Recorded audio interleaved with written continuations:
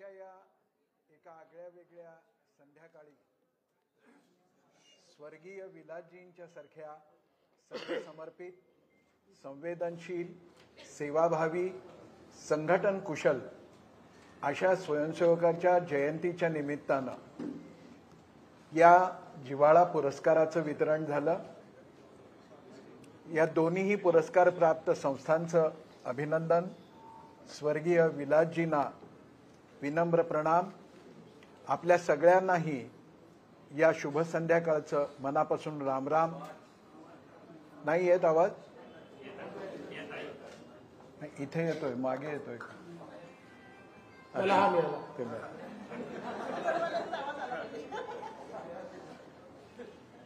ही सामाजिक स्थिती आहे। प्रश्नकर्त्याचा आवाज नेहमी कमी असतो आणि उत्तर देणाऱ्याचा जोरात असतो। प्रश्न फक्त उत्तर देणाऱ्याला ऐकू आला म्हणजे बरं। आपल्या मनातील ते उत्तर देता येत।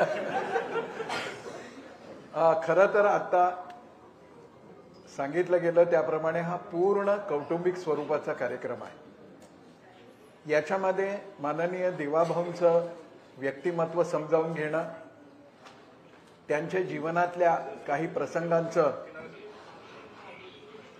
आपल्याला जर उलगडा करून बघता आला तर आपले देवाभाऊ आपल्याला कळायला आणखीन सोपं जातं। याच्यामध्ये निवेदिका भगिनींनी सांगितलं की हा राजकीय प्रश्नोत्तराचा कार्यक्रम नाही, पण सावजीकडे जेवायला गेलो आणि बिन तिकटाचं काही आहे का असं विचारलं तर बरं दिसणार नाही। त्यामुळं थोडी थोडी राजकीय चर्चा तर याच्यामध्ये अपेक्षित आहेच। खरं तर हा सगळा परिसर माननीय देवाभाऊंचं होम पिच आहे। पार्षद म्हणून इथून त्यांच्या कार्याची सुरुवात झाली। त्यांचं विधी महाविद्यालय याच परिसरामध्ये, त्यांचं इष्ट आराध्य दैवत याच चौकामध्ये आहे। हनुमान आणि शनी मंदिर आहे। काय ते फोटोग्राफरचे इन्स्ट्रक्शन्स त्यामुळं हे होम पिच असल्यामुळं पारिवारिक संवाद अधिक राहील, ही गोष्ट खरी आहे। मोकळेपणाने तुमच्या सगळ्यांच्या मनामध्ये असलेल्या अपेक्षा आणि प्रश्न मी मांडायचा प्रयत्न करणार आहे। तितक्याच मोकळेपणाने देवाभाऊ आपल्याला उत्तरं देणार आहेत। आज एकादशी असल्यामुळं मला सहजच भगवान श्रीकृष्णांची आठवण झाली आणि भगवान श्रीकृष्णांच्या व्यक्तिमत्वामध्ये दार्शनिक असो, संत असो, ऋषी असो, साधक असो, त्या सगळ्यांना एका गोष्टीचं मोठं आकर्षण वाटतं, ते म्हणजे भगवान श्रीकृष्णांच्या ओठावरचं हास्य। काही संतांनी तर असं म्हणून टाकलं की श्रीकृष्णाच्या ओठावरचं हे जे हास्य आहे ते म्हणजे दुसरं तिसरं काही नाही तर साक्षात माया आहे। त्यानंतर असंच एक आणखी हास्य मधून मधून तुटतोय ना आवाज, असंच एक हास्य मोनालिसाचं होतं, ज्याचा अर्थ लावायचा आज अखेर प्रयत्न चाललाय, पण कोणाला त्याचा नीट अर्थ लावता नाही आला। जुनेच माईक आणा।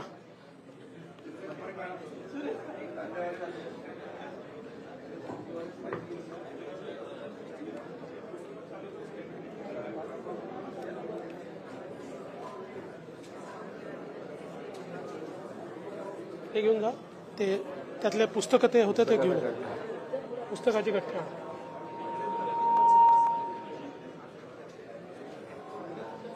अजून एक गठ्ठा तिकडे ठेवा।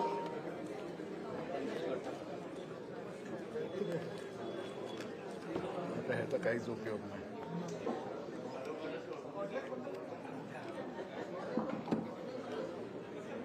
चालू आहे, जरा जास्तच कौटुंबिक होतोय।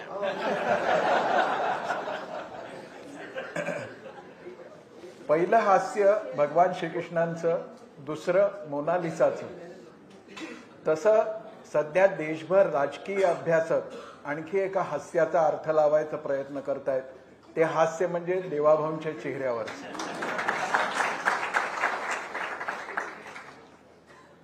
महापालिकेपासून वेगवेगळ्या निमित्तानं वेगवेगळ्या व्यासपीठावरती ते हास्य विलसित होत असताना मी पाहतोय. 100% तुमचं काम होणार इथपासून तुमचं काम जीवनभर होणार नाही इथपर्यंत कोणताही अर्थ लावता येतो असं हे अद्भुत हास्य. आणि या हास्याची मोहिनी जादू अशी आहे की या हास्याच्या लपेटात कोण कोण येईल सांगता येत नाही. सध्या पवार कुटुंबीय पण आले. हे हास्य देवाभाऊ आपल्याला ईश्वर दत्त आहे, जन्मजात आहे की व्यक्तिमत्व विकासाच्या अभ्यासक्रमात शिकवल्यामुळे ते तुम्हाला प्राप्त झालंय?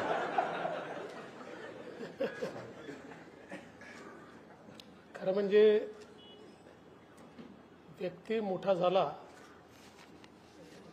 की त्याच्या विविध गोष्टींना त्या ठिकाणी एक प्रकारे त्याचं वर्णन केलं जातं किंवा त्याला मोटिव्स दिले जातात.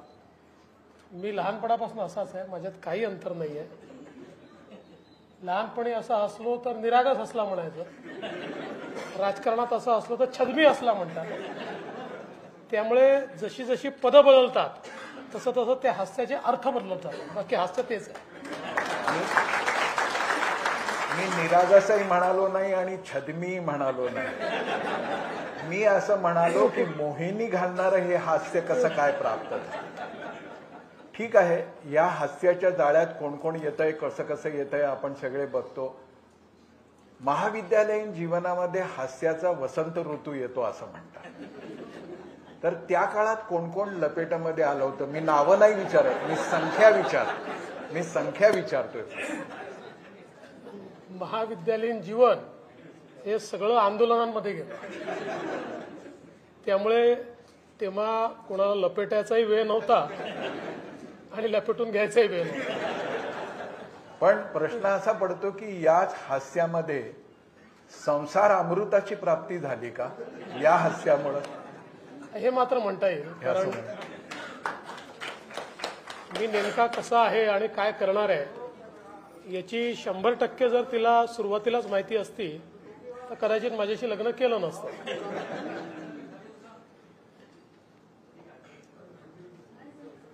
हा जो प्रामाणिकपणा आहे त्यामुळं देवाभाऊंच्या हास्याकडे छद्म, राजकारण, डावपेच असं बघता येत नाही. आणि इतकं सरळ मोकळं हसणं सगळ्यांनाच जमतं अशातला भाग नाही. पु ल देशपांडे एका ठिकाणी असं म्हणाले होते, ज्याला अश्रूची किंमत कळते त्यालाच हसण्याची कला साध्य होते. अतिशय संवेदनशील माणूस असल्याशिवाय, आणि आज ते मुख्यमंत्री आहेत, काही वर्षांपूर्वी ते होते, त्याच्या आधी राजकीय क्षेत्रामध्ये त्यांचा वावर होता, म्हणून आपण सगळे कुटुंबातले लोक असं बोलतो आहोत अशातला भाग नाही. पण खरोखर या हास्यामध्ये एक जबरदस्त सामर्थ्य आहे. आणि त्यामुळेच खूपदा प्रश्न असा पडतो की एखाद्या वेळेला एखाद्या ठिकाणी आपल्यासाठी छान शब्द बोलला नाही गेला तर आपण दिवसभर फार बेचैन राहतो.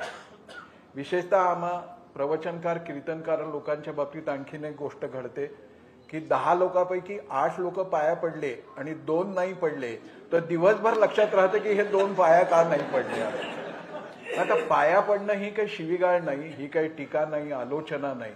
पण देवाभाऊंना हा प्रश्न विचारावा असा वाटतो, मर्यादाहीन पातळी सोडून अतिशय वाईट स्तरावरची, वाईट शब्दातली वैयक्तिक टीका त्यांच्यावरती झाली, पण ना देवाभाऊंनी संयम सोडला ना धैर्य सोडलं. ही क्षमता त्यांनी कशी अर्जित केली हे कळालं तर आमचंही जीवन आम्हाला सुखकर करता येईल. म्हणजे एकच गोष्ट मी स्वतःला समजवली आहे की कोणी किती शिव्याशाप दिले हे जग लक्षात ठेवत नाही, इतिहास तुम्ही काय केलं हे लक्षात ठेवतो. त्यामुळे आपण करत जायचं. आज समजा आपण अगदी रिसेंट गेले 5 वर्ष बघितले, 5 वर्षात माझ्यावर टीका करणारे, माझ्याबद्दल वाटेल ते बोलणारे, यांना आता कोण लक्षात ठेवत आहे? मी काय केलं तेच लोकांच्या लक्षात आहे. त्यामुळे मला असं वाटतं की ठीक आहे, कधीतरी मनाला त्रास होतो, व्यक्ती म्हणून त्रास होतो, पण त्याचा विचार न करता आपलं काम हे आपण करत राहिलं पाहिजे. आणि खरं म्हणजे याची प्रेरणा जर कोणाकडनं घ्यायची असेल तर ती आपल्या देशाचे प्रधानमंत्री माननीय मोदीजींकडनं घ्यावी. संयम काय असतो तर त्यांच्यावर गुजरातमध्ये ज्या घटना झाल्या त्यानंतर माध्यमांनी देखील पातळी सोडून टीका केली, नेत्यांनी पण केली. 2002 पासनं 2014 पर्यंत त्यांनी कधी उत्तरच दिलं, टीका सहन करत राहिले. कधी एक तुम्हाला त्यांचा इंटरव्ह्यू दिसणार नाही, केलेल्या टीकेला उत्तर दिसणार नाही. तर त्यांनी आपल्या कामातनं अशी परिस्थिती निर्माण केली की 2013 साली देशातला एकूण एक व्यक्ती असं म्हणत होता की या देशाला परिवर्तन पाहिजे आणि ते परिवर्तन देण्याची क्षमता मोदीजींमध्ये. त्यामुळे मला असं वाटतं की हीच खरी आपली प्रेरणा आहे की आपलं काम आपण करत राहायचं आणि समोरच्याला त्यांनी करू द्यायचं. शेवटी मोदीजींना मौत का सौदागर म्हणणारे आणि काय काय म्हणणारे यांना कोणी लक्षात ठेवत नाही, तर लोक मोदीजींना लक्षात ठेवतात, त्यांनी केलेलं गुजरातमधलं काम आणि त्यांनी केलेलं देशातलं काम लक्षात ठेवतात. खूप मोठी रहस्याची गोष्ट आहे ही की अशा पद्धतीने अनर्गळ टीका करणारे काम जेव्हा उत्तम दिसतं तेव्हा देवाभाऊ अभिनंदन असा अग्रलेख पण लिहितात. तर ही गोष्ट खरीच आहे. पण प्रश्न असा येतो की मोदीजींच्या सारखं एक व्यक्तिमत्व समोर आहे, स्वतःच्या व्यक्तित्वाचं जडणघडण या पद्धतीनं आपण केलं. एका मर्यादेमध्ये सरिता काकू आणि अमृता वहिनीही एका मॅच्युरिटीमध्ये हे सगळं समजून घेतात. पण मला नेहमी एक प्रश्न कुटुंबातला घटक म्हणून पडतो की एका उमलत्या वयात हे तर सगळं दिविजाच्या कानावर पडतच असेल, तिने कसं स्वतःला त्याच्यामध्ये सांभाळून घेतलं, त्या बाबतीत आई, आजी, बाबा यांच्याशी तिचा काही संवाद असतो का, आणि तिला कशा पद्धतीने प्रश्न पडतात आणि एक पिता म्हणून तुम्ही त्याचं उत्तर कसं देता? खरं म्हणजे मी गमतीने नेहमी असं म्हणतो की आमच्या घरी सगळ्यात मॅच्युअर कोणी असेल तर दिविज आहे. क्या बात. कारण आता तिचं वय 15 आहे, पण या वयामध्ये जी प्रगल्भता तिच्यामध्ये आहे, म्हणजे आपण बघितलं असेल की आत्ता मी मुख्यमंत्री जेव्हा बनणार किंवा सगळं चालू होतं, माध्यमांनी तिला प्रश्न विचारले आणि अर्थात अशा वेळेस अनेक वेळा क्रूर प्रश्न विचारले जातात, अडचणीत येणारे प्रश्न विचारले जातात. पण तिला प्रश्न विचारला की तुला काय वाटतं, तुझे वडील होतील का, ते मुख्यमंत्री होणार आहेत का? तिने सांगितलं जो होईल तो महायुतीचा होईल आणि नेते ठरवतील तो मुख्यमंत्री होईल. तर त्याच्यामुळे मला असं वाटतं की ही जी प्रगल्भता तिच्यामध्ये आहे तिला यातलं अंतर समजतं आणि तिला हे माहिती आहे की अशा प्रकारे राजकारणामध्ये टार्गेट केलं जातं, कधी अद्वा बोललं जातं. त्यामुळे मला असं वाटतं की ती मॅच्युरिटी त्याच्यामध्ये एक प्रकारे उपजतच आली किंवा ती तिने स्वतः ॲक्वायर केली. फार काही आम्ही कोणी, मी किंवा आईनी किंवा अमृतानी तिला समजवलं, शिकवलं असं नाही आहे. तर अनेक वेळा मुलं कशा प्रकारे ती ॲक्वायर करतात तशी तिने ॲक्वायर केली. खूप आशादायक गोष्ट आहे. याचा अर्थ फडणवीसांच्या कुटुंबात तिसरी पिढी आता नेतृत्वासाठी सिद्ध व्हायला लागली असं म्हणायला. याचं एक तुम्हाला सांगतो की तिला यायचं असेल तिने जरूर यावं, पण माझा स्वतःचा समज असा आहे की फडणवीसांच्या कुटुंबात राजकारणामधला शेवटचा मी आहे. ह्याला टाळी वाजवता कामा नाही. पण खरोखरच ही गोष्ट अशी आहे की सदैव ताण तणाव टीका आणि मधला काळ तर बॅड पेक्षाही कुठला दुसरा शब्द असेल तर तसा तो पॅच होता आणि ज्याला जीभ आहे आणि बोलता येतं तो वाटेल ते बोलत होता. त्या सगळ्याचं मी परत स्मरण करत नाही.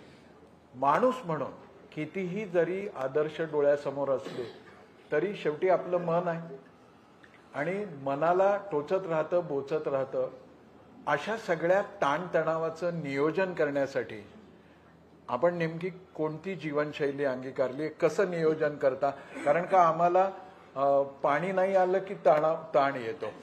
आता रेशनवर अमुक मिळणार नाही म्हटलं की आम्ही साठा करायला लागतो. इतक्या किरकोळ गोष्टीचा ताण आम्हाला नाही मॅनेज करतायत. आपण हा सगळा ताण कसा मॅनेज करता? मुळात आपण जीवनामध्ये अनेक लोकांकडनं शिकत असतो. मला आठवतं की साधारणपणे 1993ची वगैरे गोष्ट असेल, त्यावेळी अरुण गुजराती हे नगर विकास विभागाचे राज्यमंत्री होते आणि नागपूरला सेशन करता ते आले होते. आणि आमच्यासोबत नगरसेवक होते एक रमेश चोपडे म्हणून. तर त्यांचं एक ULCचं काम होतं. तर शोभाताई आमदार होत्या, मी नगरसेवक होतो. शोभाताईंना म्हटलं की तुम्ही आम्हाला घेऊन चला, अरुण गुजरातींकडे याचं काम आहे, जेन्युइन काम आहे, आपण जाऊ. आम्ही अरुण गुजरातींकडे गेलो. तेव्हा साहजिकच भारतीय जनता पक्षामध्ये मंत्री वगैरे म्हटलं की आपल्याला फारच मोठं वाटायचं की बाबा मंत्री म्हणजे पुढच्या कुठल्या तरी दुसऱ्या ग्रहाहून आलेला व्यक्ती आहे. आणि आमच्यासारख्या छोट्या कार्यकर्त्याला तर फारच वाटायचं. तर आम्ही गेलो आपलं तिथे. तर गुजराती साहेब बसले होते. खूप लोक तिथे होते. कोणी त्यांना काही ओरडून बोलत होतं, कोणी वाकडं तिकडं बोलत होतं. सगळ्यांना ते अतिशय शांतपणे उत्तर देत होते. आणि मग ते म्हणाले, शोभाताई तुम्हाला थोडा वेळ आहे ना, जरा हे सगळे मी करून घेतो आणि त्याच्यानंतर मग आपण बोलू. एक 1.25 तास आम्ही त्या ठिकाणी होतो. आणि 1.25 तासामध्ये अरुणभाईंनी सगळ्या लोकांचं शांतपणे ऐकून घेतलं, कोण कसा बोलला अगदी. आणि मग लोक गेले, मग आमचं समजून घेतलं. मग मी आणि शोभाताई त्यांच्यासोबत बसलो. मी त्यांना सहज विचारलं, म्हटलं अरुणभाई असे एकदम लोक अंगावर येतात आणि काय वाटेल ते बोलतात, तुम्ही एवढे मोठे मंत्री आहात, तुम्हाला काय वाटत नाही का? तर ते म्हणाले की बघा, मी ज्या परिवारात येतो, माझा परिवार, माझे वडील हे गांधीवादी आहेत. आपण सौभाग्याने चांगल्या घरामध्ये जन्मलो, आपल्याला चांगले संस्कार मिळाले. आपल्याकडे जे येणारे लोक आहेत त्यांच्या मनामध्ये काही ना काही शंका असतात, प्रश्न असतात. आणि त्यातले अनेक लोक तर याकरता आले असतात की त्यांना एवढंच सांगायचं असतं कसं मंत्र्याला सुलवला, कशा 4 चौघात त्याची काढली. मला त्याला समाधान मिळतं, आपलं काय जातं. बाहेर निघाल्यावर आपल्यालाच हार घालणार लोक, मंत्री म्हणून आपलेच सत्कार होणार. मला असं वाटतं की तो माझ्याकरता एक फार महत्वाचा मंत्र त्या काळामध्ये ठरला. आणि तेव्हापासून मी माझ्या जीवनामध्ये पेशन्स शिकलो. आणि मी नेहमी असं म्हणतो की पेशन्स हा राजकारणामध्ये सगळ्यात मोठा गुण जर काही असेल तर तो पेशन्स आहे. ज्याला पेशन्स आला आणि ज्याला शिव्या खाता येतात त्यांनीच राजकारणात राहिलं. ज्याला शिव्यांचा त्रास आहे त्याने राजकारण सोडून कुठलाही धंदा केला पाहिजे. तर मला असं वाटतं की ती एक सवय लागल्यामुळे मग अशा प्रकारचे काही हल्ले झाले किंवा कोणी काही उलटसुलट बोललं तर फार काही त्याचा त्रास होत नाही, त्याच्यातनं फार काही मॅनेज करावं लागत नाही. आणि मला असं वाटतं की आता तो स्वभाव झाला आहे माझा. त्याच्यामुळे मला तुम्हाला एक सांगतो की मला राग आलेला दिसला तर फार सोपा उपाय. मला राग तेव्हाच येतो जेव्हा मला भूक लागते. मला राग आलाय असं लक्षात आलं तर काहीतरी खायला दिलं की माझा राग संपला, मग राग येतो. आपण भूक लागली तर मी मात्र मग 2-4 शिव्या देऊन आज एकादशी असल्यामुळं राग येऊ देऊ नका, म्हणूनच मी उपास करत नाही.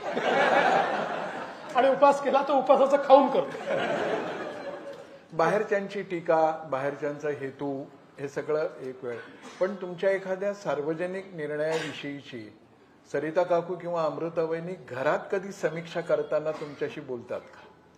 मला सांगा, असं कोणचं घर आहे की ज्याच्यामध्ये आई किंवा बायको तुमची समीक्षा करत नाही आणि तुम्ही कसे मूर्ख आहात किंवा तुम्हाला कसं थोडं कमी कळतं असं सांगत नाही. पण माझं असं मत आहे की विशेषतः आमच्या आईला, म्हणजे आईने इतके वर्ष राजकारण बघितलेलं आहे आणि सार्वजनिक क्षेत्र बघितलेलं आहे. त्यामुळे एखाद्या विषयावर आई जेव्हा मत व्यक्त करतं तर अनेकदा ते मला पटत नाही, पण तिने व्यक्त केलेलं मत खरं निघतं.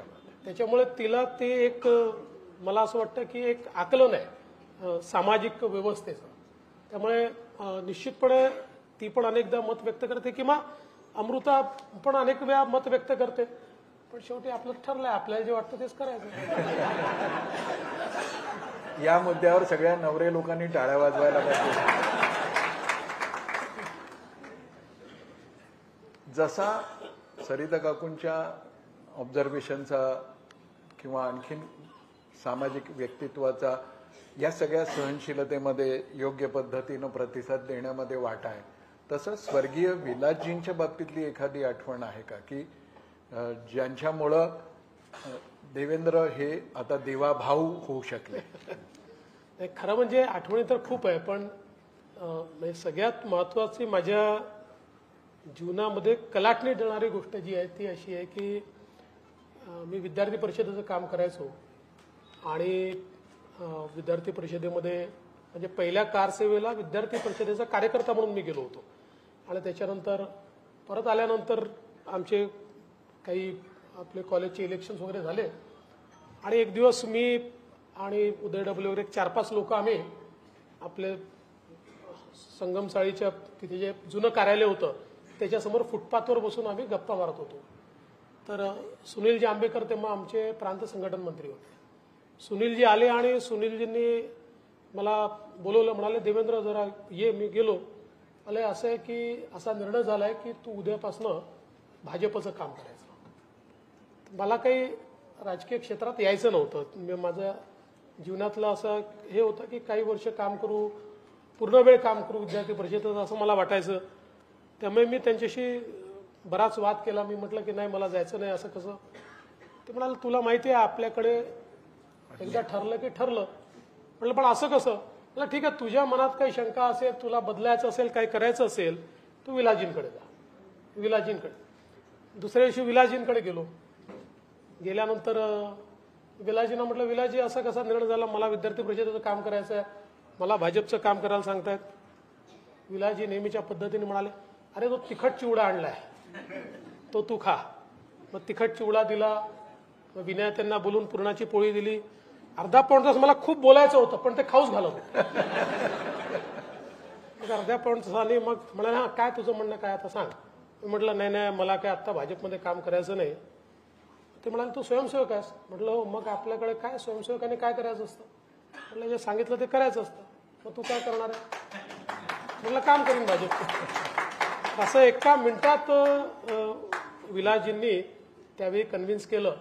आणि खरं म्हणजे आमच्यामध्ये जी उपक्रमशीलता आली ती विलासजींमुळे आली. म्हणजे आज ज्या नॅशनल कॅन्सर इन्स्टिट्यूट असेल, भोसला मिलिटरी स्कूल असेल, या सगळ्या गोष्टी त्याची प्रेरणा किंवा त्याच्यामध्ये पाठबळ हे जर कोणाचं असेल, खिशामध्ये दमडी नाही आणि शेकडो कोटी रुपयाच्या प्रकल्पांचं स्वप्न बघायचं, तर हे स्वप्न बघताना आपल्या पाठीशी कोण आहे तर विलासजी आहेत. विलासजींनी सांगितलंय त्यामुळे करायचं आहे. अशा प्रकारची भावना ही विलासजींच्या बद्दल असायची. मला असं वाटतं की एकूणच जे विलासजींचं व्यक्तिमत्व होतं ते शांतपणे तुमच्या मनामध्ये ते एखादी गोष्ट रुजवायची आणि ती एकदा रुजली की ती करण्याची प्रेरणाही द्यायची आणि त्याच्याकरता तुमच्या पाठीमागे लागायचे देखील आणि तुम्हाला मदतही करायची. आणि म्हणून मला असं वाटतं की म्हणजे त्या पिढीतले जे काही आम्ही लोक आहोत यांच्या जीवनामध्ये विलासजींचं खूप महत्व आहे किंवा विलासजींशी जो काही आमचा संपर्क आला त्यातनं खूप गोष्टी आम्हाला शिकायला मिळाल्या. खरोखरच सगळ्यात कठीण संघ कार्यासाठी क्षेत्र असलेल्या उत्तर नागपूरमध्ये विलासजींनी ज्या पद्धतीनं घराघरामध्ये संबंध प्रस्थापित केले, मग अशिक्षित अडाणी माणसाला कौटुंबिक समस्येतही त्यांनी मार्गदर्शन केलं आणि देवाभाऊंसारख्या एका शिक्षित आणि स्वतःचं ठाम मत असलेल्या तरुणालाही आपल्या दृष्टीने अनुकूलतेने वळवलं आणि एक मंत्र म्हटला की आपण संघाचे स्वयंसेवक आहोत तर आपल्याला काय केलं पाहिजे तर आज्ञा पाळली पाहिजे.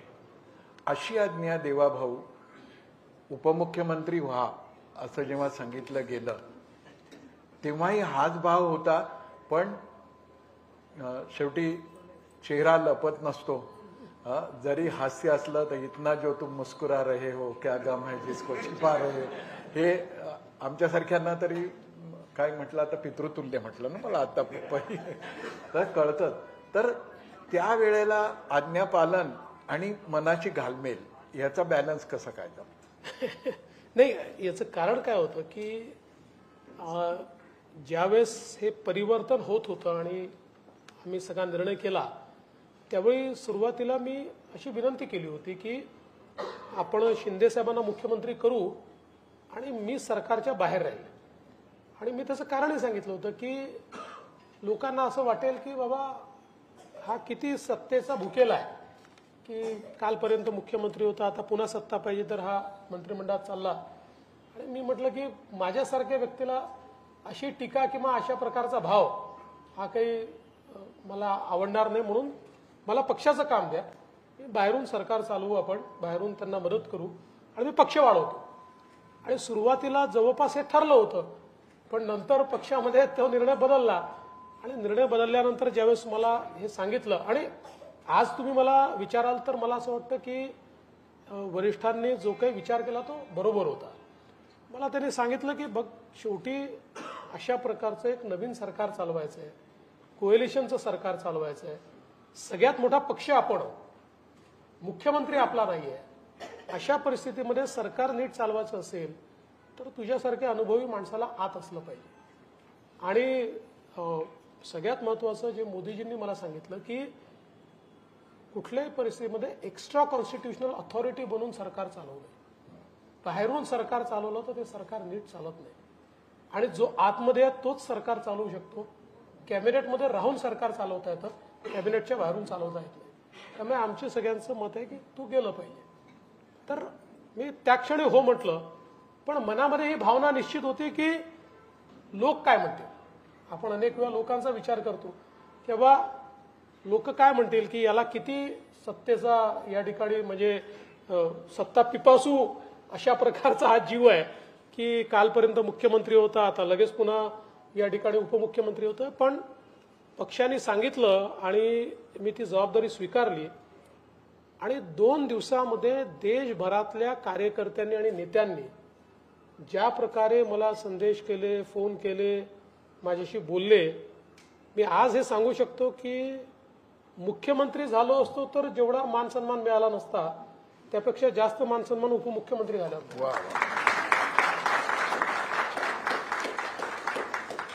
आदर्श व्यक्तिमत्वाचा परिणाम, प्रभाव आपल्या व्यक्तिमत्वावर होतो, पण प्रत्येक वेळी होतो की नाही अशी शंका येते.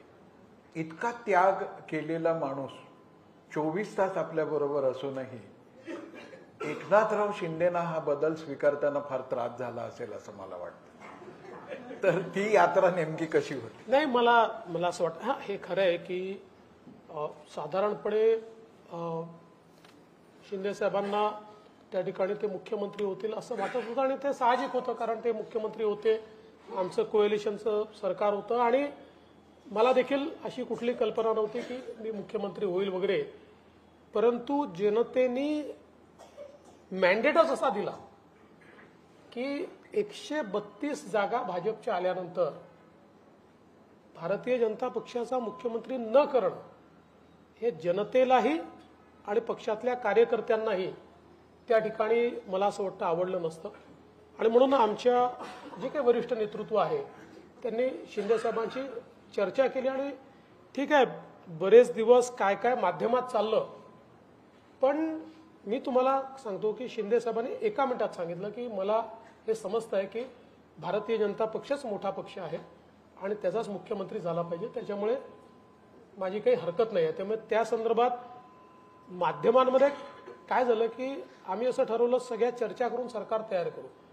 आणि त्यामुळे त्याला थोडा कालावधी लागला. त्या कालावधीमध्ये कधी शिंदे साहेब नाराज, कधी अजितदादा नाराज, कधी कोडी नाराज.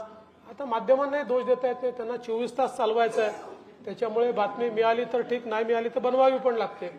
त्याच्यामुळे त्यांनी आपल्या जे काही कधी कधी आम्ही लोक बातम्या तयार करतो, तर त्याच्यामुळे ते आपल्या बातम्या तयार झाल्या. पण मला असं वाटत नाही की फार काही म्हणजे त्याच्यामध्ये अटी शर्ती टाकल्या, आडेबडे घेतले. शिंदे साहेबांनी ते तात्काळ स्वीकारलं. पण दिसताना परसेप्शन असं झालं की उद्या सांगेन, उद्या सकाळी सांगेन, उद्या दुपारी सांगेन.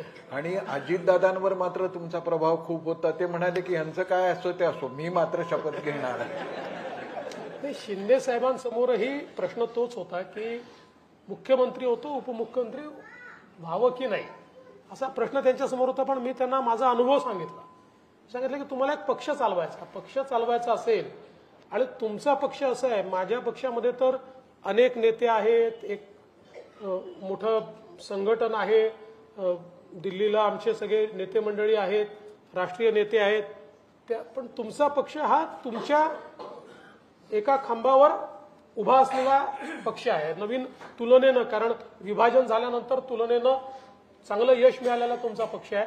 अशा परिस्थितीमध्ये तुम्ही बाहेर राहून हे चालवणं कठीण जाईल, त्यामुळे तुम्ही सरकारमध्ये आलं पाहिजे. ते त्यांनी मान्य केलं. आता काय असतं बघा, जसं तुम्ही म्हणाल ना माझ्या चेहऱ्यावर हास्य नेहमीच असतं, हे फार क्वचित असं असतं, तसं त्यांच्या चेहऱ्यावर फार कधी हास्य नसतं, तुम्ही जर बघितलं असेल. पण ते मुख्यमंत्री होते तेव्हाही तसाच चेहरा होता, तर कोणी इंटरप्रिटेशन केलं नाही. आणि उपमुख्यमंत्री झाल्यावर तसा चेहरा पाहिल्यावर बघा हसतच नाहीत, हे नाराजच आहेत, असं इंटरप्रिटेशन झालं. त्यामुळे हे जे काही व्यक्तिमत्वाचं इंटरप्रिटेशन होतं हे तो काळ, ती परिस्थिती अनुसार होतं, तसं ते झालं. पण म्हणजे ह्यात असं मत करून घेणाऱ्यांचा फार दोष नाही. हा फूल तुम्ही भेजा है खत में, फूल नहीं मेरा दिल है, हे गाणं आठवलं जेव्हा नागपूरच्या अधिवेशनात उद्धव ठाकरेंनी तुम्हाला गुलदस्ता दिला ते. तर त्याच्यामध्ये दिल होतं की विल होतं? खरं म्हणजे महाराष्ट्रामध्ये आपण बघितलं असेल तर एक राजकीय संस्कृती नेहमी राहिली आहे. म्हणजे दक्षिणेच्या राज्यांमध्ये आपण जर गेलो तर तिथे खून के पैसे आहेत, तिथे दोन पक्षाचे नेते एकमेकाशी बोलू शकत नाहीत. ही परिस्थिती महाराष्ट्रामध्ये कधीच नव्हती. दुर्दैवाने 2019 ते 2024च्या कालावधीमध्ये काही प्रमाणात अगदी खून के पैसे नाही तरी बऱ्यापैकी थोडी परिस्थिती ही त्या ठिकाणी निर्माण झाली. पण मी मुख्यमंत्री झाल्यानंतर पहिल्याच माझ्या भाषणामध्ये ही घोषणा केली की महाराष्ट्राची राजकीय संस्कृती परत आणायची आहे. त्यामुळे मला बदल घडवणारं राजकारण करायचं, बदल्याचं राजकारण करायचं नाही. आणि मला असं वाटतं की त्याला प्रतिसाद सगळ्याच नेत्यांनी दिला आणि नेत्यांना देखील वाटलं की कुठेतरी आता ही जी काही भिंत आहे ही आपण तोडली पाहिजे. त्यामुळे पुन्हा एकदा चांगली गोष्ट आहे की महाराष्ट्रात सगळ्या पक्षाचे नेते एकमेकाला भेटतायत, एकमेकाशी बोलतायत. जाहीरपणे भेटायला कोणाला लाज वाटत नाही किंवा जाहीरपणे भेटण्याकरता काही त्याच्यामध्ये आडेवाडे पण घेते, चांगली गोष्ट आहे. पण असं एकमेकाला समजून घेता घेता घेता पवार साहेब एकदम संघाची स्तुतीच करायला लागले, तेव्हा लोकांना असं वाटायला लागलं की हे हृदय परिवर्तन आहे की एका नव्या तडजोडीच्या दिशेनं वाटचाल सुरू झाली. खरं असं आहे की लोकसभेच्या निवडणुकीमध्ये ज्यावेळी एक फेक नरेटिव्ह तयार करण्यामध्ये महाविकास आघाडीला यश आलं महाराष्ट्रामध्ये, आणि ते यश आल्यानंतर महाविकास आघाडीला एक ओव्हर कॉन्फिडन्स देखील आला की आपण अशा प्रकारचा फेक नरेटिव्ह लोकांमध्ये रुजवून सत्तेवर येऊ शकतो. आणि आमच्याकरता देखील तो एक धक्का होता. आम्ही लोकसभेच्या निवडणुकीमध्ये किमान महाराष्ट्रामध्ये तरी माझ्यासहित सगळे ओव्हर कॉन्फिडन्समध्ये होतो. आम्हाला असं वाटत होतं की आपण जिंकतोच आहे. त्यामुळे हे जे सांगतायत संविधान बदलणार आणि हे होणार, याचा काही लोकांवर असर होणार नाही. किंवा जे काही वोट जिहाद त्यांनी सुरू केला होता तर याचा काही फार असर होणार नाही. पण दुर्दैवाने ज्यावेळेस त्याचा असर झालेला बघितला आणि त्याच्यानंतर महाराष्ट्राच्या निवडणुका जवळ होत्या आणि त्यावेळी विचार परिवाराला देखील आम्ही ही विनंती केली की राजकारणामध्ये तुम्ही काम करत नाही किंवा राजकारण हा काही तुमचा प्रांतही नाही, पण आत्ताची परिस्थिती अशी आहे की अराजकतावादी ताकदी ज्या आहेत, ज्या शक्ती आहेत, या शक्तींच्या विरुद्ध राष्ट्रीय विचारांच्या शक्तींनी उतरण्याची गरज आहे. आणि मला असं वाटतं की राष्ट्रीय विचाराच्या ज्या शक्ती आहेत की ज्यांचा मूळ विचार परिवार हा राष्ट्रीय स्वयंसेवक संघ आहे, अशा विविध क्षेत्रातल्या लोकांनी केवळ अराजकतेच्या विरुद्ध लढायचं आहे म्हणून या निवडणुकीमध्ये आपापली भूमिका आपापल्या क्षेत्रात अतिशय उत्तमपणे निभावली आणि त्यामुळे जो फेक नरेटिव्हचा बागुलबुवा किंवा काय म्हणतात त्याला एक मोठा फुगा हा तयार झाला होता, त्याला 1 मिनिटात टाचणी लागली आणि लोकसभेपेक्षा विधानसभेचे निकाल हे पूर्णपणे वेगळे लागले. किंबहुना विधानसभेत महाविकास आघाडी धून निघाली. शरद पवार साहेब अतिशय चाणाक्ष आहे.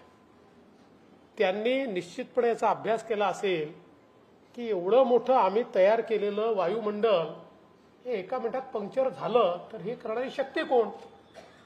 आणि मग त्यांच्या हे लक्षात आलं की ही शक्ती जी आहे ही नियमित राजकारण करणारी शक्ती नाही आहे, ही राष्ट्रकारण करणारी शक्ती आहे. आणि म्हणून त्यांनी त्या शेवटी प्रतिस्पर्ध्याचंही कधीतरी कौतुक करावं लागतं, त्या हिशोबाने त्यांनी ते कौतुक केलं असावं असं माझं मत आहे. नाही, असं आपण मत करून घ्यायला हरकत नाही, पण त्यामुळं नजदीक या बढेगी तो नाही ना. सगळ्यांना जी भीती आहे की एकनाथ महाराजांना शोभून दिसलं, अर्घ्य देताना इंगळी ओंजळीत आली आणि तिने डंख मारला आणि ती परत पाण्यात पडली, तर परत ते वाचवायला लागले. एकाने विचारलं की जी तुम्हाला डसते आहे तिला का वाचवताय. एकनाथ महाराज म्हणाले की इंगळीचा स्वभाव डंख मारणं आहे, माझा स्वभाव तिला वाचवणं आहे. हे संताला शोभून दिसतं, राजकारण्यांना शोभून दिसत नाही. इतकंच या निमित्तानं. नाही, म्हणूनच मी तुम्हाला एक सांगतो की तुम्ही जर 2019 नंतर माझं वक्तव्य बघितलं असेल तर ते थोडं गार्डेड असतं. याचं कारण 2019 नंतर 2024 पर्यंत ज्या घडामोडी घडल्या त्यातनं मला एक गोष्ट लक्षात आली, नेव्हर से नेव्हर. म्हणजे कुठलीही गोष्ट होणार नाही असं समजून कधी चालायचंच नाही. काही होऊ शकतं, म्हणजे झालं पाहिजे असं नाहीये, पण काही होऊ शकतं. उद्धव ठाकरे तिकडे जातात, अजित पवार इकडे येतात, काय राजकारणात काही होऊ शकतं. असं व्हावं असं बिलकुल नाही, किंवा ते होणंही काही फार चांगलं आहे या मताचं मी नाही. पण आता शेवटी राजकारणामध्ये हे लक्षात ठेवलं पाहिजे की खूप ठामपणे असं होणारच नाही असं ज्यावेळेस आपण म्हणतो त्यावेळेस राजकीय परिस्थिती तुम्हाला कुठे नेऊन बसवेल याचा काही भरोसा नसतो. खरंच काय होईल हे सांगता येत नाही आणि होणारच नाही असं म्हणता येत नाही. अगदी सकाळचा शपथविधी सुद्धा होणारच नाही असं कुठे म्हणतात. या सगळ्या गोष्टी जरी असल्या तरी म्हणून यावेळेस मी सांगितलं होतं काय झालं तरी शपथविधी संध्याकाळी करायचं, आपल्याला ते धुनच टाकायचं सकाळ.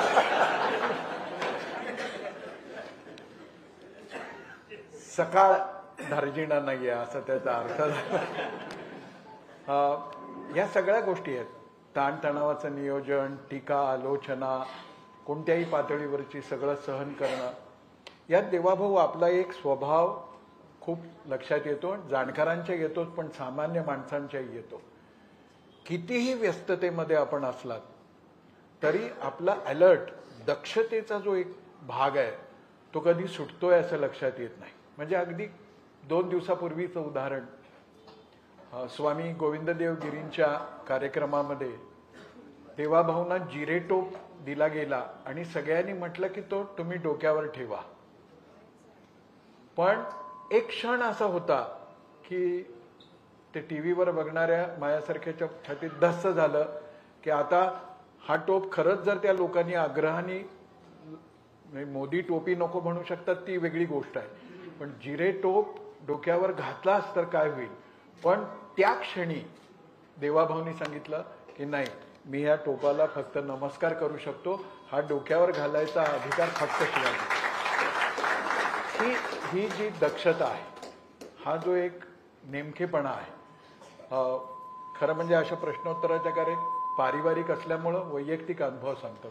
पहिल्यांदा आपण जेव्हा मुख्यमंत्री झालात तेव्हा आपलं एक शाही स्वागत नागपुरात झालं.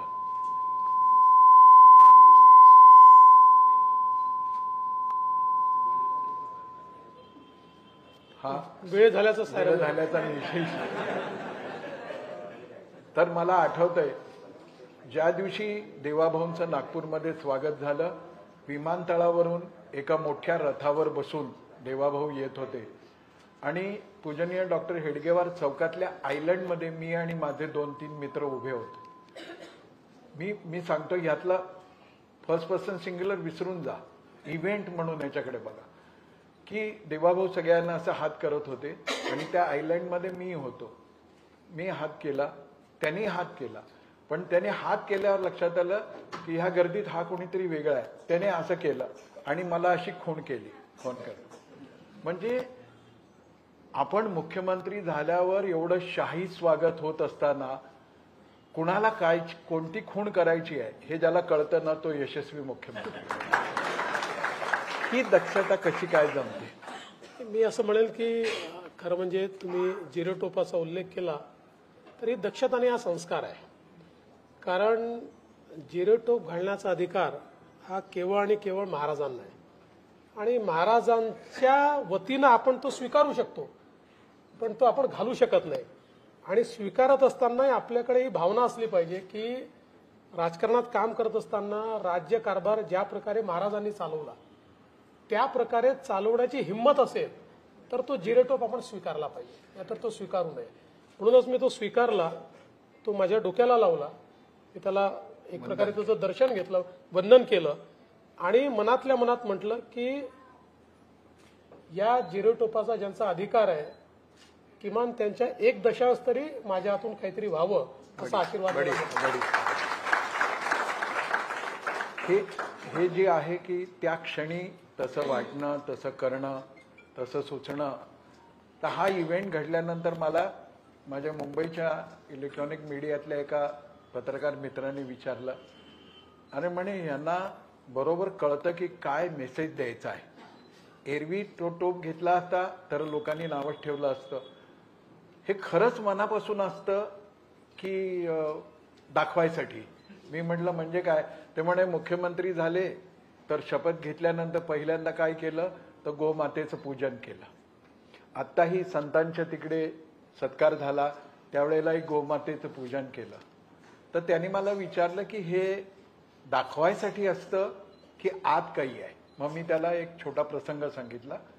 एक 5 वर्षाचा मुलगा आहे, तो दुपारी 4 वाजता नागपूरच्या बसमध्ये बसतो, 8 वाजता मूल नावाच्या खेड्यावर पोचतो. त्या मुलाचं नाव आहे देवेंद्र. आणि मूलला आपल्या गावाला गेल्यानंतर हा 5 वर्षाचा मुलगा पहिल्यांदा काय करत असेल म्हटलं तुम्हाला माहिती नाही आहे, तुम्ही समजून घ्यायच्या मनस्थितीत नाही आहे. ढोंग लोकांच्या लक्षात येतं आणि प्रामाणिक प्रतिक्रियाही लोकांच्या लक्षात येते. हा 5 वर्षाचा देवेंद्र घरी गेल्यानंतर पहिल्यांदा गोठ्यात जात असे आणि गाय वासरांच्या अंगावरून हात फिरवत असे. आणि एवढंच नाही, परत नागपूरला येत असताना त्या सगळ्यांचा निरोप घेताना त्या छोट्या देवेंद्रच्या डोळ्यात पाणी येत असे. मी म्हटलं ही घटना तुम्हाला माहिती नसल्यामुळे तुम्हाला हे ढोंग वाटतं. मला असं वाटतं की हा त्या माणसाचा स्वभाव आहे की गोभक्ती, गोपूजन, गो गंगा गीता ह्याच्याविषयी निष्ठा हे तर देवेंद्रजींचं खासियत आहे. हा सगळा राजकीय पटलाचा त्याच्यातल्या बऱ्या वाईट समजुतीचा विषय झाला.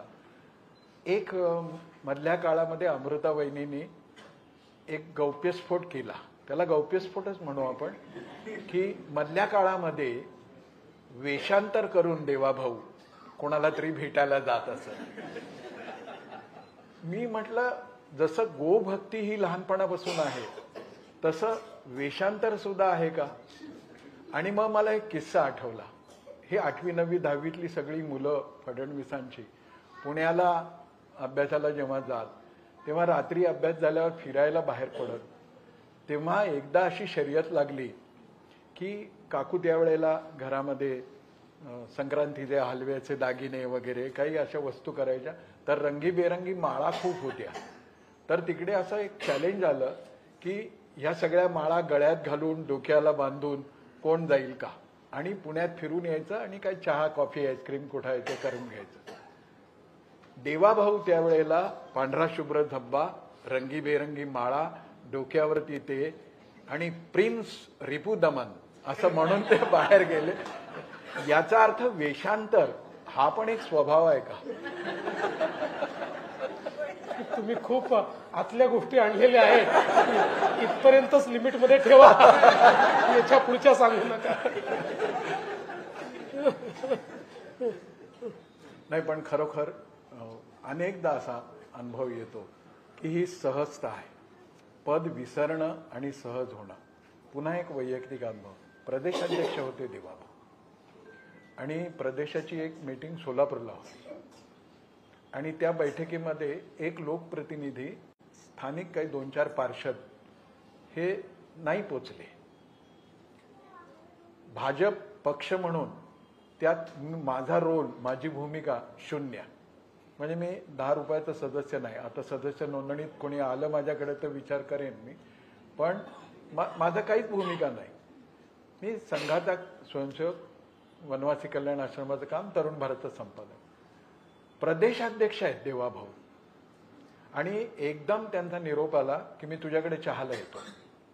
मला आनंद झाला. मी म्हटलं या. आणि आल्यानंतर ते म्हणाले की प्रदेशाध्यक्ष शहरात असताना अ ब क हे बैठकीत येत नाही, याच्यावर मी काय करावं असं तुला वाटतं? एक प्रदेशाध्यक्ष एका नॉन प्लस किरकोळ माणसाच्या घरी स्वतःहून जातो, ही मोठी कठीण गोष्ट आहे असं मला वाटतं.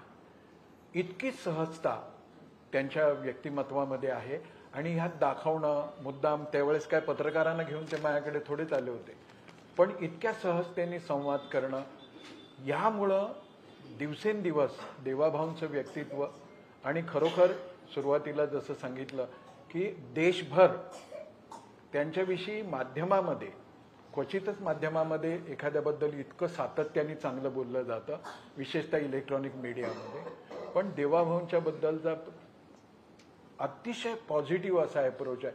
प्रदीप सिंहासारखा एक सिनियर आपका अखबार नावाचं यूट्यूब चालवणारा देवाभाऊंच्या विषयी इतकं गौरवाने बोलतो, असं वाटतं की देवाभाऊंचं PROशिप त्यांच्याकडे दिली आहे का, इतकं मनापासून. आणि देशभर ही खासियत, ही विशेषता त्यांच्याकडे आहे. हा निरभिमानी स्वभाव पदावर राहून सुद्धा हा कसा काय शक्य? आता एक सिक्रेट तुम्ही जाहीर केलं, आता मंत्रालयात मी भेटायला येईन तेव्हा खाऊचा डबा घेऊन येईन. पण हा निराभिमान, इतकी सहजता म्हणजे एका सरपंचाकडे नसते, ही एका मुख्यमंत्र्याकडे कशी? खरं म्हणजे आपण ज्या संस्कारातून आलो त्या संस्कारांनी आपल्याला एकच गोष्ट शिकवली की पद जे आपल्याला मिळतं ते खरं म्हणजे सन्मानाकरता मिळत नाही. पद आपल्याला मिळतं ते सेवा करण्याकरता मिळतं. आणि मुळातच इतकी पदं मिळाली, पण पदांवर गेल्यानंतर काही आपल्यात बदल झालाय असं मला वाटलंच नाही. की काय आपल्याला शिंग फुटले आहेत की कुठला तरी मुकुट मिळालेला आहे असं कधी वाटलंच नाही. त्यामुळे हा सहज स्वभाव आहे. म्हणजे आणि मला असं वाटतं की केवळ बोलण्याकरता मी म्हणत नाही, पण जो काही संघात संस्कार मिळाला त्याच्यामुळे आपल्याला जबाबदारी मिळाली असंच वाटतं. आणि परवा मी खूप दिवसांनी चाणक्य नाटक पाहायला गेलो होतो, आपल्या मनोज जोशींचं. त्या नाटकामध्ये एक डायलॉग फार चांगला आहे. त्यात तो चाणक्य चंद्रगुप्ताला असं म्हणतो की राजा होना ये सुखी होने का माध्यम नाही आहे. आपल्याकडे अनेक लोकांना असं वाटतं की पद हे आपल्या व्यक्तिगत सुखाकरता आपल्याला मिळालेलं आहे. आणि ते ज्यावेळेस वाटतं त्यावेळेस मग त्याचा एक अभिमान आपल्या मनामध्ये जातो किंवा अनेक गोष्टी त्यातनं आपल्यामध्ये तयार होतात. मी असं म्हणणार नाही की मी अगदी कुठला तरी साधू संत आहे किंवा अशा प्रकारचं नाही आहे, पण मला असं वाटतं की या संस्कारांनी माझा स्वभावच तसा केलेला आहे की कुठल्याही म्हणजे मी तुम्हाला सांगतो की ज्यावेळी मी गाडीने जात असतो, पुण्यात असतो, नागपुरात कुठेही जात असतो आणि अनेक वेळा ट्रॅफिक थांबवतात, मला दडपण येतं त्याचं. मला असं वाटतं की काय करतायत हे लोक. माझा तुम्ही जर पुण्याच्या ट्रॅफिक DCPशी किंवा CPशी जर बोललात तर दर माझ्या व्हिजिटमध्ये त्यांच्याशी माझा वाद होतो की इथे तुम्ही थांबवला होता. ते म्हणतात नाही आम्ही एकाच मिनिटाकरता थांबवला होता. तर हा स्वभाव झाला. म्हणजे हे कधी आपल्याला आपण मोठ्या पदावर आहोत तर आपल्याला काहीतरी स्पेशल मिळालं पाहिजे. अशा प्रकारची भावनाच येते, प्रिव्हिलेजची भावनाच येते. म्हणून तर आता वेगवेगळ्या दौऱ्यात पोलिसांची सलामीवर तुम्ही नियंत्रण आणलं. मला तर आधी असं वाटलं उद्धव ठाकरेंनी गुच्छ दिल्यापासून त्यांनी पोलीस ऑफिसरना सांगितलं की आता मला गुच्छ देऊ नका.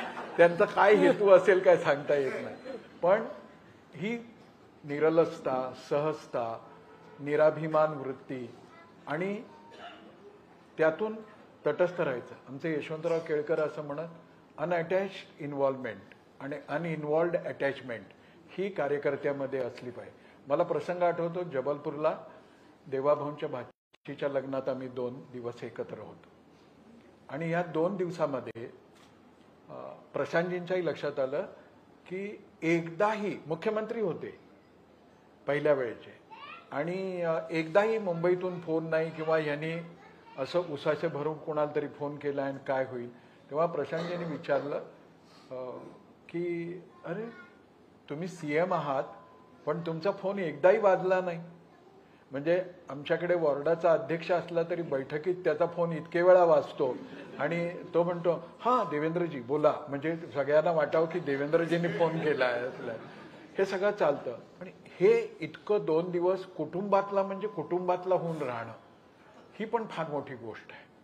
हेही कसं जमतं की परिवारासाठी आपल्याला आपलं सगळं बाजूला ठेवायचं. परिवार असेल, मित्र असतील, यांच्यामध्ये गेल्यानंतर मला असं वाटतं की ज्याला आपण रिज्युविनेट म्हणतो तशा प्रकारे आपण होत असतो. कारण आपलं जीवन अतिशय साचेबद्ध आहे. सकाळी उठल्यापासून रात्रीपर्यंत लोक लोक लोक, आणि ते जर आले नाही तर आपण बेचैन होऊन जातो. म्हणजे असं वाटतं काहीतरी गेलं आपलं आता, म्हणजे आपली मान्यता कमी झालेली दिसते की कोणी यायलाच तयार नाही आपल्याकडे. तर त्याच्यातनं कुठेतरी आपल्याला जेव्हा आपण बाहेर पडतो, म्हणजे जुन्या मित्रांमध्ये आपण बसतो किंवा परिवारात बसतो आणि आपलं पद वगैरे विसरून ज्यावेळेस आपण त्यावेळी, तर मला असं वाटतं की त्यातनं एक नवीन जीवन मिळतं आपल्याला, एक रिज्युविनेशन आपलं होतं, ऊर्जा मिळते, एक चांगल्या प्रकारची ऊर्जा मिळते. ते मला अशा प्रकारे आवडतं. म्हणजे अशा संधी कमी मिळतात पण जेव्हा मिळतात तेव्हा मी त्याचा उपयोग घेतो. अजूनही असं एकदम बिनटपाची जीप काढून मित्रांबरोबर फिरावं वाटतं की नाही? असं वाटतं, पण आता मी एवढंच करतो की मला ड्रायव्हिंगचा शौक आहेच. त्यामुळे मी आता गेले 8-10 वर्ष मुंबईमध्ये रात्री 12-1 वाजता कोणाला तरी एखाद्या ज्याच्याकडे चांगली गाडी असेल त्याला बोलवतो, त्याला म्हणतो बाजूला बैस, आणि मग 2 तास गाडी घेऊन पूर्ण मुंबई फिरतो, पनवेल बिनवेल कुठेतरी जाऊन येतो. माझा ड्रायव्हिंगचा जो शौक आहे तो रात्री 12-1 वाजता मी पूर्ण करतो. मला वाटलं मरीन ड्राईव्हवरच फिरता की काय. गमतीचा भाग असा आहे की कुटुंबासाठी वेळ देणं, कुटुंबातल्यांबरोबर जाणं आणि त्यातून नवीन ऊर्जा प्राप्त होणं, त्या ऊर्जेचा हे व्यक्तिमत्व कसा वापर करतं ह्याचं एक छोटं उदाहरण सांगतो. पहिल्या वेळी जेव्हा ते मुख्यमंत्री होते तेव्हा महापालिकेचा चुनाव लागला होता आणि उमेदवारांची निवड करायची होती. तर संघटन मंत्री, प्रदेशाध्यक्ष आणि मुख्यमंत्री असे 3घे जण संध्याकाळी 5 वाजता यादी करायला बसले, कोण कोण कसं कसं कसं. खरं तर मुख्यमंत्र्यांनी असं म्हणायला पाहिजे होतं प्रदेशाध्यक्ष आणि संघटन मंत्र्यांना, तुम्ही यादी पक्की करून टाका, शॉर्टलिस्ट करा, मी ओके करायची की नाही करायची ठरवतो. संध्याकाळी 5ला ही बैठक सुरू झाली. दुसऱ्या दिवशी पहाटे 5 वाजता याद्या पक्क्या होऊन ती बैठक संपली. 12 तास ही जी ऊर्जा मिळते आहे ती अशा सहज वागण्यातून, निराभिमानी वृत्तीतून, संघ संस्कारातून, घरच्या वातावरणातून अशी सगळी त्यांना मिळत असते. देवाभाऊंचं राजकीय, सामाजिक, सांस्कृतिक, कॅन्सर इन्स्टिट्यूट ही तर अशी अद्भुत गोष्ट इथे झाली आहे की संपूर्ण मध्य भारतासाठी ती मोठी अभिमानाची गोष्ट बनली. अशा अनेक गतिविधीमध्ये ते सक्रिय असतात. पण मला त्यांचा आणखीन एक छुपा पैलू आहे, रहस्य नाही पैलू, तो म्हणजे मराठी भाषेला त्यांनी काही शब्द दिले. जसा करेक्ट कार्यक्रम हा एक शब्द दिला, करेक्ट कार्यक्रम. दुसरा दिला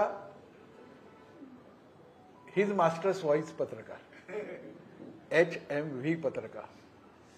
तिसरा दिला अकलूजकरांच्या आत्ता लोकसभेतला सगळा रोल बघता सोडणार नाही. तर हे जे काही आहे तर हे शब्दाचं वेड सुद्धा लहानपणीपासून आहे.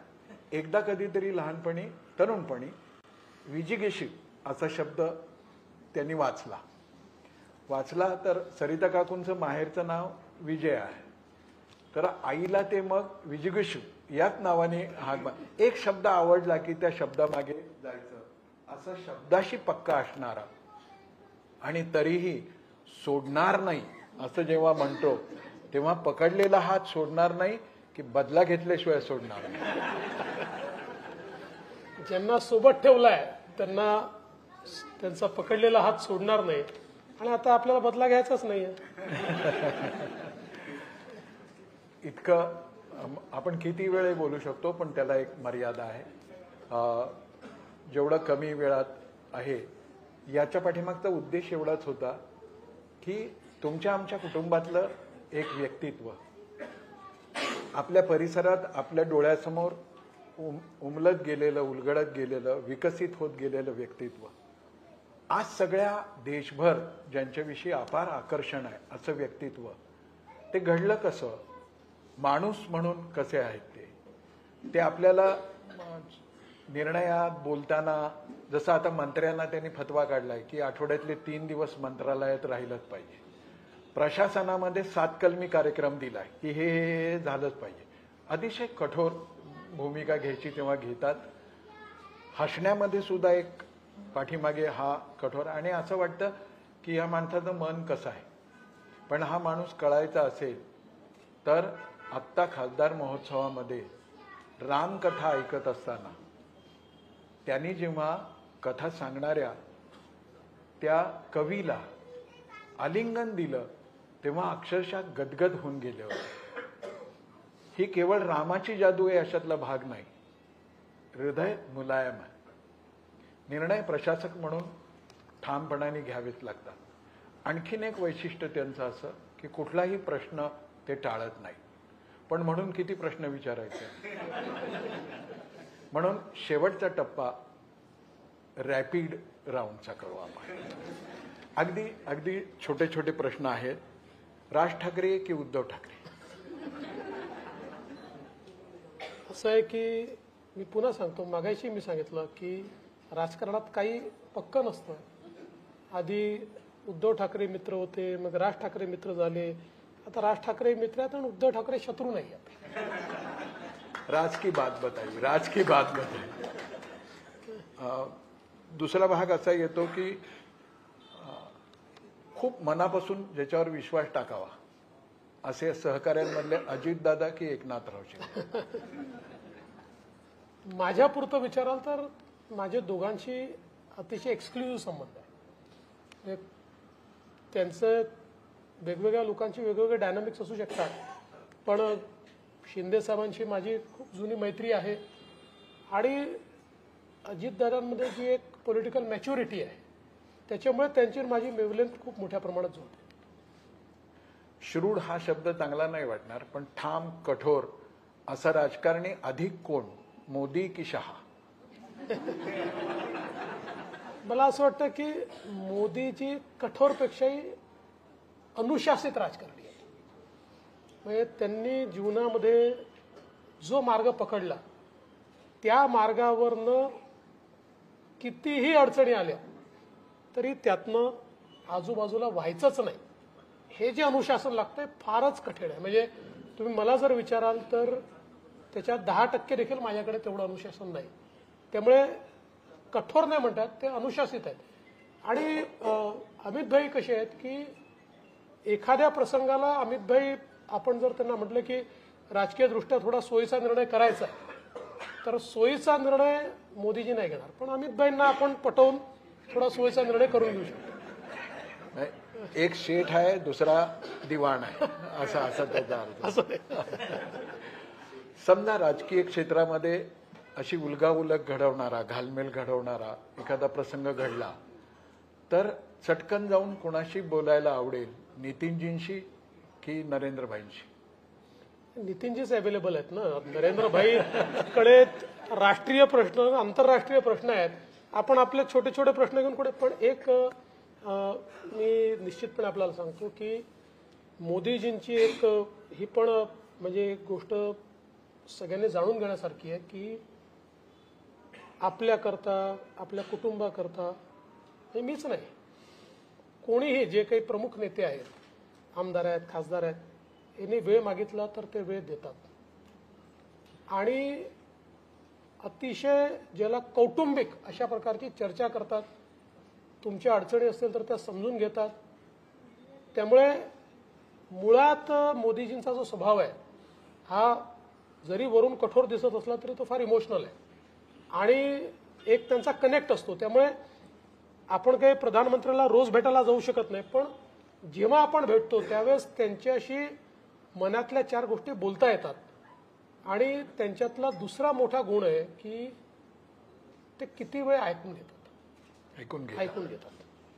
ऐकून घेण्याची त्यांची जी क्षमता आहे, जसं तुम्ही मगाशी बोललात, तुम्हाला एक उदाहरण सांगतो की आमची इलेक्शन कमिटीची बैठक होती, आजही होती, पण आज या कार्यक्रमामध्ये मी गेलो नाही.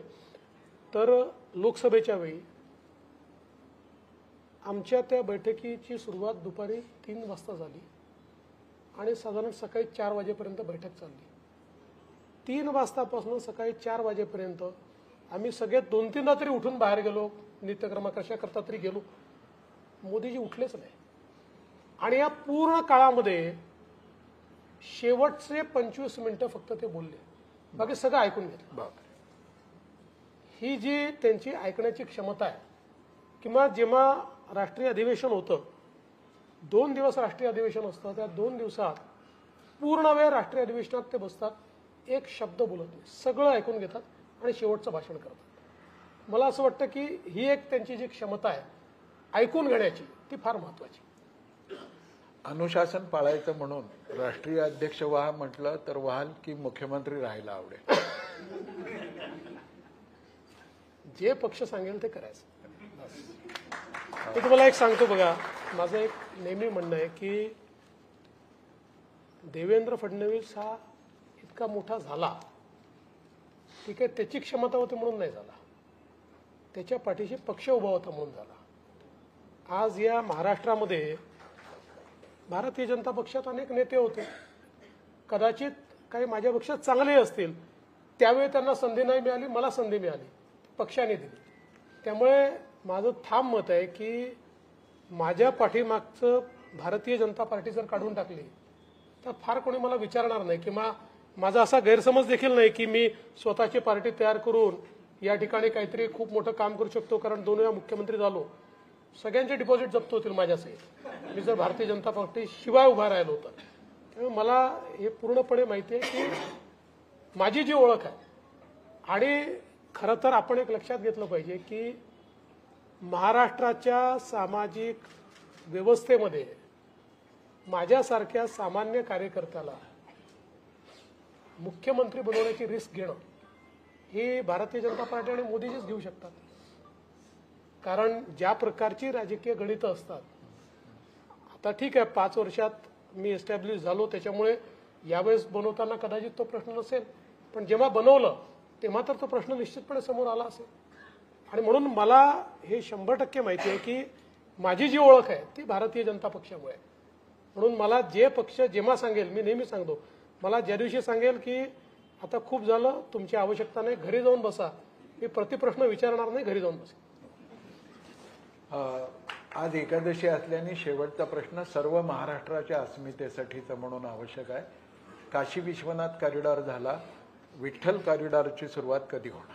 फार महत्त्वाचा प्रश्न तुम्ही विचारला. आणि आम्ही खरं म्हणजे एक गोष्ट मान्य केली पाहिजे की गेले 10 वर्ष आम्ही फक्त त्याची चर्चा करतोय. अर्थात मंदिराचं काम आम्ही आता सुरू केलं, मागच्या काळात मी भूमिपूजन केलं, त्यातलं आतलं काम बऱ्यापैकी झालं, आता एकदम बदललेलं मंदिर आपल्याला पाहायला मिळत आहे. पण कॉरिडॉरचं काम अजून आम्ही सुरू करू शकलो नाही. पण माझी इच्छा आहे की आता यावर्षी आपल्याला, कारण आपल्याला तिथली पूर्ण माहिती आहे, आपण सोलापूरमध्ये अनेक वर्ष वास्तव्य केलं असल्यामुळे काही लोकांच्या शंका कुशंका आहेत. माझा प्रयत्न आहे की पुढच्या 2-3 महिन्यात त्या सगळ्या शंका कुशंका दूर करून सगळ्यांना विश्वासात घेऊन हे काम सुरू झालं पाहिजे, तो प्रयत्न माझा आहे. माननीय देवेंद्रजी फडणवीस एक रसिक, नाट्यप्रेमी, चित्रपटाचे हौशी, संगीताची आवड असणारे, मित्रांमध्ये रमणारे, प्रशासनावर पकड असणारे असे आपले देवाभाऊ आज दुसऱ्यांदा महाराष्ट्राचे मुख्यमंत्री झालेत. त्यांची यापुढची कारकीर्दही अशीच झळाळी असणारी हो आणि प्रत्येक दिवस त्यांना नवनवं यश मिळत जावं अशी कामना स्वर्गीय विलासजींच्या आणि भारत मातेच्या चरणी आपल्या सगळ्यांच्या वतीनं मी करतो. आणि या मुलाखतीमध्ये इतका वेळ देवाभाऊंनी दिला त्याबद्दल व्यक्तिशः त्यांचा आभार मानून मी या मुलाखतीची सांगता करतो. पसायदानासाठी थांबायचं आहे.